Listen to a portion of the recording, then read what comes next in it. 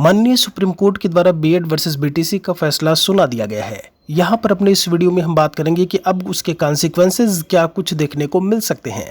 Video में आप last तक रहेंगे तो हम फैक्ट के बेस पर बात करेंगे कि कहाँ पर क्या कुछ चीज़ें हैं जहाँ पर बीएड और बीटीसी दोनों को, जो भी स्टूडेंट्स हैं, जो छात्र हैं, जो उनसे संबंधित हैं, उन सभी को वो बातें, वो चीज़ें समझने की ज़रूरत है।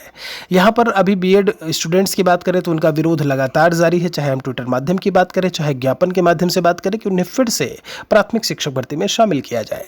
यहाँ पर ये जो आप अपने स्क्रीन पर देख पा रहे होंगे, ये लास्ट पेज है आपका। जब हम माननीय सुप्रीम कोर्ट के उस जजमेंट की बात करें जो 46 पेजेस का था, सबसे लास्ट में, ठीक है, इसके बारे में हम बाद में बात करेंगे।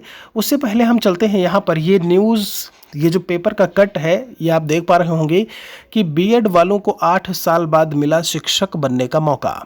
हम आपको बता दें ये न्यूज़ कट कब का है, जब नोटिफिकेशन आया था 69,000 शिक्षक भर्ती का यूपी में, ठीक है। ये नोटिफिकेशन आपका, आपने देखा कि फॉर्म जो है वो दिसंबर, यानी कि आप देखेंगे तो 6 दिसंबर से लेकर के आपका 20-22 दिसंबर तक का समय दिया गया था और 6 जनवरी 2019 को 69,000 शिक्षक भर्ती के लिए परीक्षा हुई थी, ठीक है। यहाँ पर आप जब देखेंगे पूरा आपको इतिहास से लेकर के चलते हैं और इस खबर में जो है पूरी तरीके से सब कुछ बताया भी हुआ है। आप देखेंगे प्राथमिक स्कूलों में, यहाँ से पढ़ते हैं एक एक चीज़ों को समझिएगा। प्राथमिक स्कूलों में सहायक अध्यापक पद पर नियुक्ति की अगर बात की जाए तो बीएड डिग्री धारकों को 8 साल बाद ऐसे में मौका मिला है। 69,000 शिक्षक भर्ती में चयन के बाद बीएड वाले भी प्राइमरी के बच्चों को पढ़ाएंगे।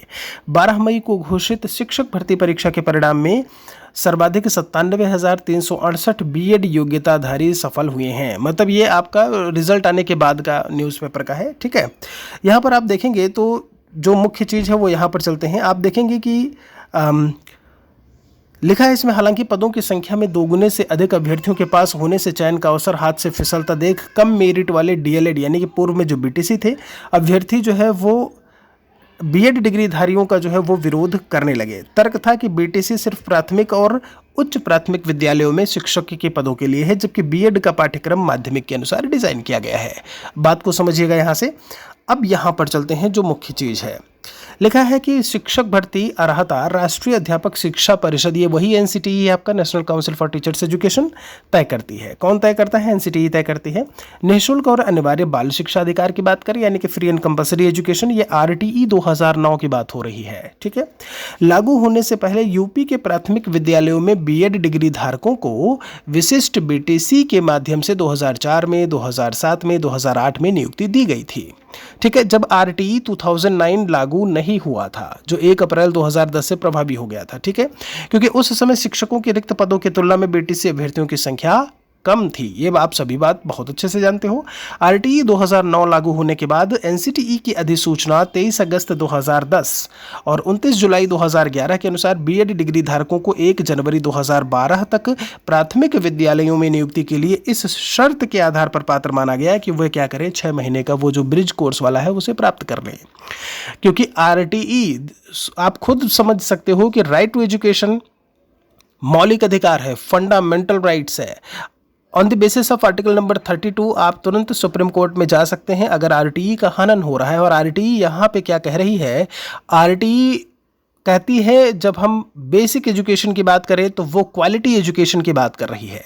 सुप्रीम कोर्ट ने अपनी चीज़ों में, अपने 46 पेज के जजमेंट में ये बात भी उसने मेंशन की है।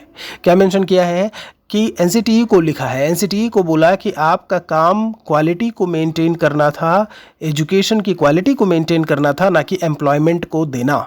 जब 2018 की गाइडलाइन को ध्यान में रखते हुए ये जो स्टेटमेंट है आप 46 पेज में पढ़ पाएंगे, उसमें ये बात लिखी हुई है।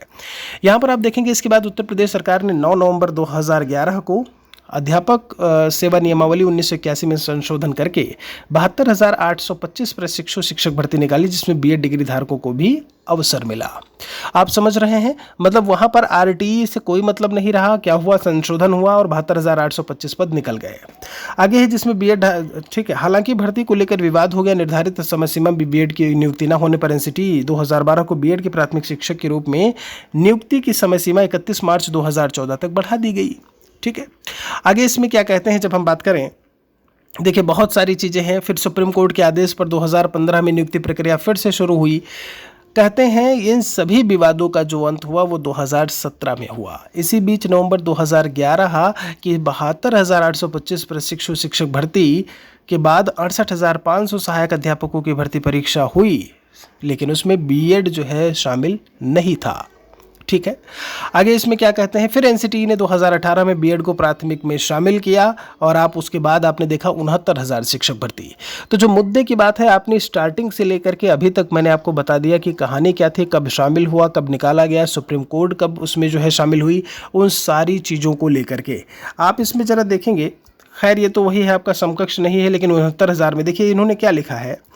अनिल राजभर जी हैं, ये जो भी हैं गणित विज्ञान में जो सहायक अध्यापक थे, इन्होंने लिखा लेकिन एनसीटीई को शिक्षक भर्ती के लिए अर्हता तय करने का अधिकार है। बात समझ रहे हैं, एनसीटीई को। और अब आते हैं हम अपने इस मुद्दे पर, जरा यहाँ पर गौर करिएगा।